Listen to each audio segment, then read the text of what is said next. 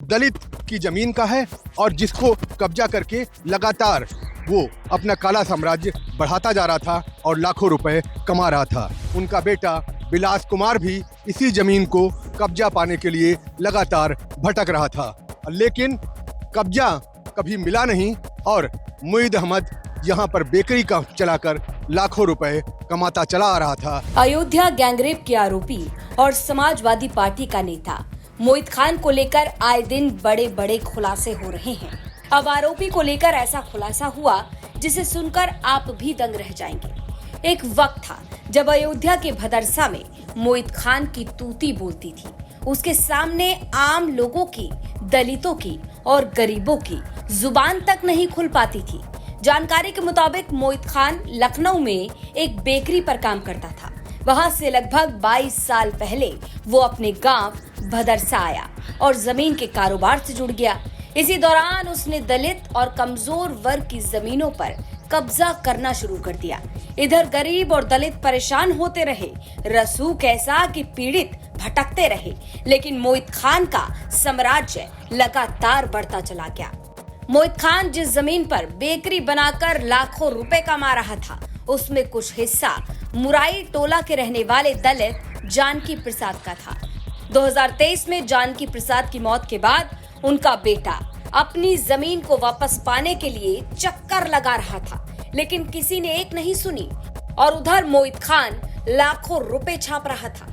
मोहित खान ने अपना काला साम्राज्य दलितों और कमजोर वर्गों की जमीन को कब्जा करके शुरू किया था और उसी से लगातार लाखों रुपए अर्जित कर रहा था और पीड़ित लगातार भटक रहे थे। हमारे पीछे देखेंगे ये जो बिल्डिंग दिख रही है बड़ी सी, इस बिल्डिंग में जो है ये भी तालाब की जमीन को अवैध रूप से कब्जा करके बनाया गया है। इसका भी कुछ हिस्सा डिमोलाइज होने वाला है और इसके पीछे की जो नीचे जमीन देखेंगे, इसको ये तालाब के हिस्से को पाट करके इसने जो है एक नया प्लाटिंग कर दी थी जिसको ये बेच रहा था। इसके बाद आप देखेंगे ये तालाब दिखेगी आपको और तालाब के बाद ये वो इलाका है जहां पे बेकरी थी जिसको जमींदोज किया गया है। इसी बेकरी जो कुछ हिस्सा तालाब का है और कुछ हिस्सा जो है वो दलित की जमीन का है और जिसको कब्जा करके लगातार वो अपना काला साम्राज्य बढ़ाता जा रहा था और लाखों रुपए कमा रहा था।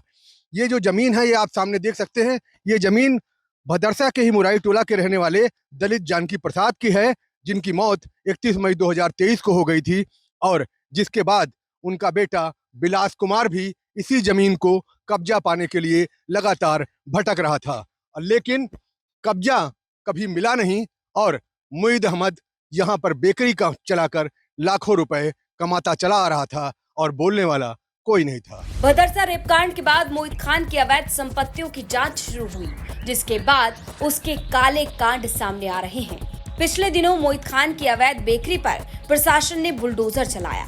अब पीड़ितों को उम्मीद है कि उनकी जमीन का हिस्सा शायद वापस मिल जाए, यानी जिस अवैध कब्जे की जमीन पर बेकरी बनाकर लाखों की कमाई की जा रही थी, उसे प्रशासन के बुलडोजर ने मिट्टी में मिला दिया। आपको बता दें कि 2.5 महीने पहले 12 साल की बच्ची खेत में काम कर वापस घर लौट रही थी। आरोप है कि रास्ते में राजू नाम का लड़का मिला। उसने कहा कि बेकरी मालिक मोहित खान बुला रहा है, जिसके बाद गैंगरेप की घटना को अंजाम दिया गया। अब गैंगरेप का आरोप समाजवादी पार्टी के नेता मोहित खान पर लगा, जिसके बाद यूपी की सियासत बढ़ती जा रही है। वहीं दूसरी तरफ मोहित खान के खिलाफ प्रशासन का शिकंजा लगातार कसता जा रहा है। अयोध्या से बनबीर सिंह की रिपोर्ट, यूपी तक।